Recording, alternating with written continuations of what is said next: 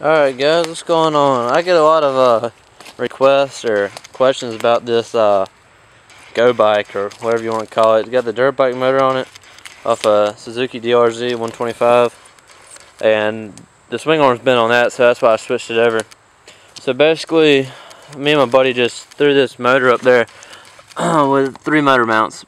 2 in the back, and the one in the front is the one off the frame of the bike right there.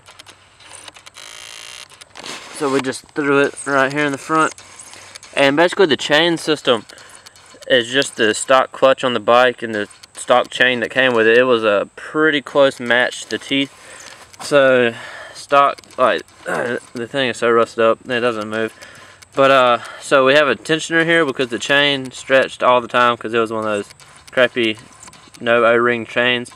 And then the way the axle works on the go-kart is it's an open differential that just the power, whichever side's connected to the ground, or if one comes up, it'll spin.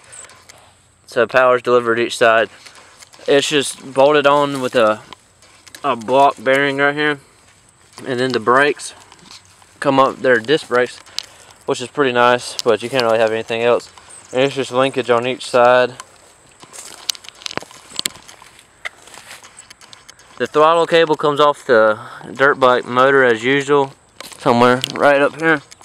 Then it just runs down and comes to where the go-kart frame is.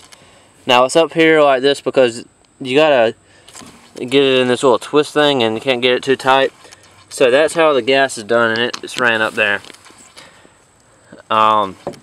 You crank it just like a normal dirt bike, which is weird. The exhaust has been cut and shortened. No baffle crap that comes on it. The gear shifting was a little bit weird. That's a ginormous spider right there. The gear shifting is a little bit weird because it would always flop up and down and try to shift by itself. But the clutch is done by, where's the clutch cable? Wherever the clutch cable is, it's ran to the other cable thing. I don't even know where it's at. It's been so long. Well, we got our big old buddy spider right here. Right there. Alright, but let's see what's all under here. Okay, I believe that's the gas. That's the clutch. Alright, let's get this out of the way. Alright, that cable running across down there, this little thing right here, is our gutter rigged clutch. It comes back and it does some doohickey. Oh, right there.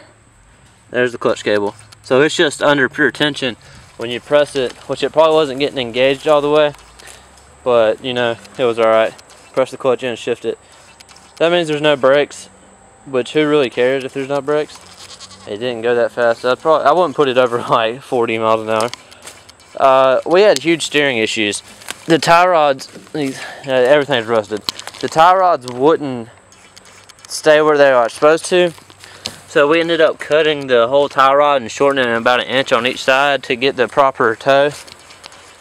And last but not least is the gas tank. It looks terrible, doesn't it?